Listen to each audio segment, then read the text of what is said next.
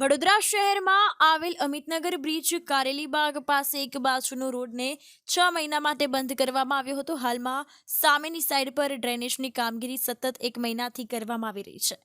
નાગરિકોને હેરાનગતિ કરવાનું ષડયંત્ર કરવામાં આવી રહ્યું હોય તેમ સામાજિક કાર્યકર કમલેશ પરમાર દ્વારા આક્ષેપ કરવામાં આવ્યો હતો।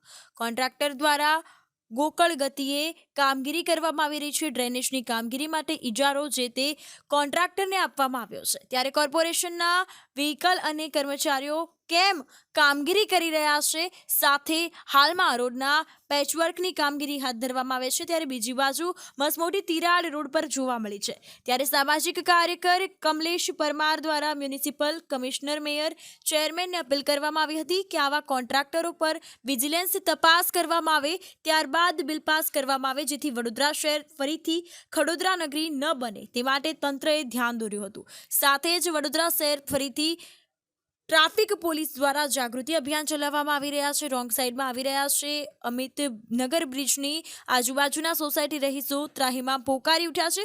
જો કોઈ પણ અકસ્માત સર્જાયો તો જવાબદાર કોણ, તેવા સવાલો ઊભા કર્યા હતા। વડોદરા શહેરમાં આવેલ જે અમિતનગર બ્રિજ પાસે 6 મહિના આ જે રોડ હતો તે બંધ હતો, પરંતુ હાલમાં જે કહેવાય છે કે બ્રાઇટ સ્કૂલ પાસેનો જે રોડ છે આ રોડને લગભગ 1.5 મહિનાથી જે કામગીરી કરવામાં આવી રહી છે, એટલે ખાસ કરીને જે કોન્ટ્રાક્ટર છે ગોકળ ગતિએ કામગીરી કરી રહ્યા છે। સાથે જે કહેવાય છે કે જે ઇજારો આપવામાં આવ્યો છે જે તે કોન્ટ્રાક્ટરને, પરંતુ જે ડ્રેનેજની કામગીરી પૂર્ણ થઈ છે ત્યારે જે કહેવાય છે કે કોર્પોરેશનના ડમ્પર અને જે જેસીબીને ફરી રહ્યું છે, એટલે ખાસ કરીને જે તે કોન્ટ્રાક્ટરની કામગીરી હોય છે, પરંતુ કંઈક ને કંઈક લાગી રહ્યું છે કે કોર્પોરેશનની અને કોન્ટ્રાક્ટરની સાંઠગાંઠ હોય તેમ પણ લાગી રહ્યું છે। સાથે જે કહેવાય છે કે રોડ પર જે ફાટ પડી છે, હાલમાં જે ડ્રેનેજની કામગીરી પૂર્ણ થઈ, પરંતુ જે કહેવાય છે કે જે ફાટ પડી છે એને ફરીથી રોડ બનાવવામાં આવે।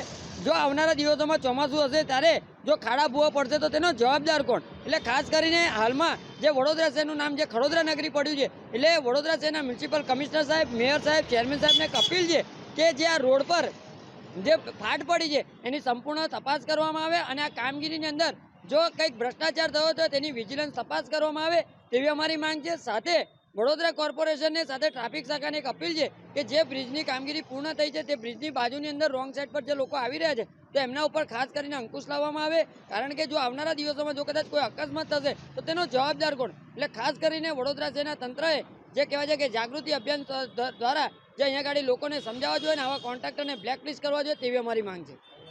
પરમાર કમલેશ, સામાજિક કાર્યકર।